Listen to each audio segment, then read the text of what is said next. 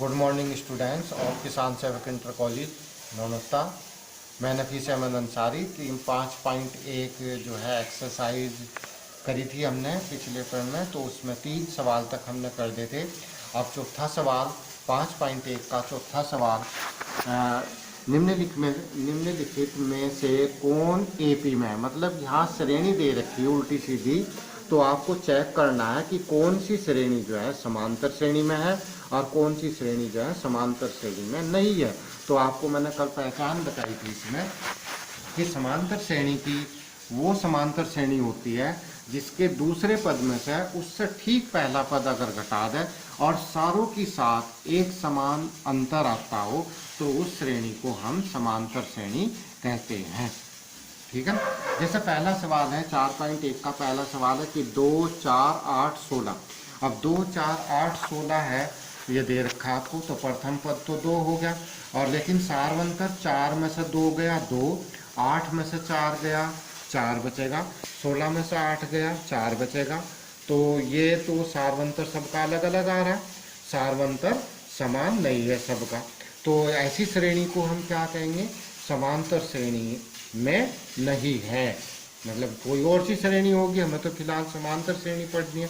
तो समांतर श्रेणी का जो पहचान होती है, आपको ये सारे सवाल कर देने हैं। अगर ये समांतर श्रेणी की पहचान होगी कि अगर दूसरे पद में से पहला पद घटा दे और सारों की साथ इसी तरह घटना घटे, तो उस तरह की श्रेणी अगर समान आया सबका सारवंतर, तो वो श्रेणी समांतर श्रेणी में होगी, नहीं तो नहीं। तो इसका देखो सारवंतर समान नहीं है, तो ये श्रेणी जो है समांतर श्रेणी में नहीं है। तो इस तरह से ही मैंने एक और सवाल करके दिखा है इसमें। जैसे चौथे का 5वां सवाल है 3 plus under root 2, 3 plus 2 under root 2, 3 plus 3 under root 2, dot dot dot dot. तो ये पहचान करनी कि ये समांतर श्रेणी में है या नहीं है। तो प्रथम पद a बराबर कितना हो गया, 3 हो गया। प्रथम पद a बराबर 3, तो सारवंतर क्या हो गया, इसमें से हम ये घटाएंगे, यानी कि 3 प्लस अंडूठ 2 में से -3 घटाए, 3 से 3 घट गया, तो क्या बच गया अंडूठ 2। इसमें से 3 प्लस 2 अंडूठ 2 में से 3 प्लस अंडूठ 2 घटाएंगे, तो जो भी अंडूठ 2 बच गया। तो इसमें से हम ये घटा कहीं तक ही घटाते चले गए, तो देखो सबका सारवंतर एक समान आया, सारवंतर समान है, अतः ये श्रेणी क्या है, समांतर श्रेणी में है। इसी तरीके से हमने जो 11वां सवाल करा इसका a स्क्वायर a की 3, देखो a स्क्वायर में से a घटाएंगे, है ना, तो अलग आया। a स्क्वायर में से हमने a घटाया, a कॉमन ले लिया तो a-1। a की 3 में से हमने a स्क्वायर घटाया, तो a स्क्वायर घटा रहे तो a-, देखो सारवंतर अलग आया, तो ये श्रेणी जो है समांतर श्रेणी में नहीं है। अब और भी सवाल आपको दे रखे, जैसे यहाँ के 10वां सवाल है कि क्वेश्चन नंबर 4 का 10वां सवाल है a 2a 3a 4a, तो 2a में से a घटा देंगे a आ जाएगा, 3a में से 2a घटा देंगे a आ जाएगा, 4a में से 3a घटा देंगे तो भी a आ जाएगा। तो ऐसी श्रेणी जो है समांतर श्रेणी में होगी। अब देखते हैं जैसे दूसरे का ये 12वां सवाल है, इसका 12वां सवाल अंडूठ 2 अंडूठ 8 अंडूठ 18 अंडूठ 32 है ना।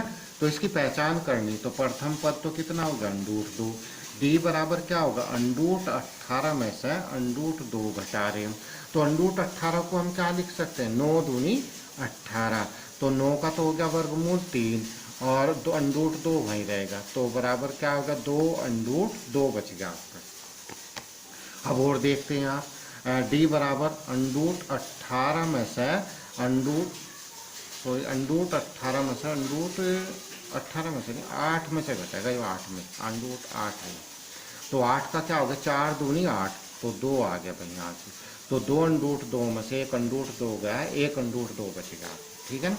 अब अंडूठ 18 में से क्या घटेंगे हम, अंडूठ 8 घटाएंगे हम, तो अंडूठ 18 9 दूनी 18 यानी कि 3 अंडूठ 2 और ये हो गया 2 अंडूठ 2, 4 दूनी 8 होते हैं, 4 का वर्गमूल तो आ गया 2 और 2 रह गया अंदर, तो 3 अंडूठ 2 में से 2 अंडूठ 2 गया, तो कितने बच गए अंडूठ 2, तो देखो सारवंतर समान आ रहा फिलहाल, तो अब एक बार और चेक कर देख लेते हैं।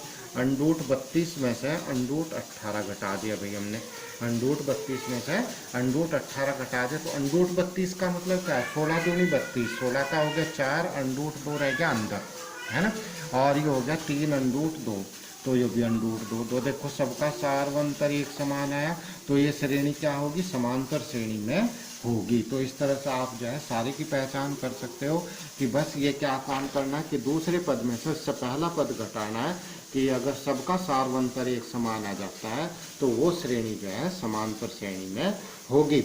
अब और भी देखते हैं हम सवाल, मान लिया देख लो इसमें कोई से भी सवाल है, जैसे चौथे का जो है कोई भी सवाल, बस तुम्हें दूसरे में से पहला पद घटाना है, और तीसरे में से दूसरा पद, चौथे में से तीसरा पद, पांचवें में से चौथा पद, छठे में से पांचवा पद, सातवें में से क्या घटाना, छठा पद।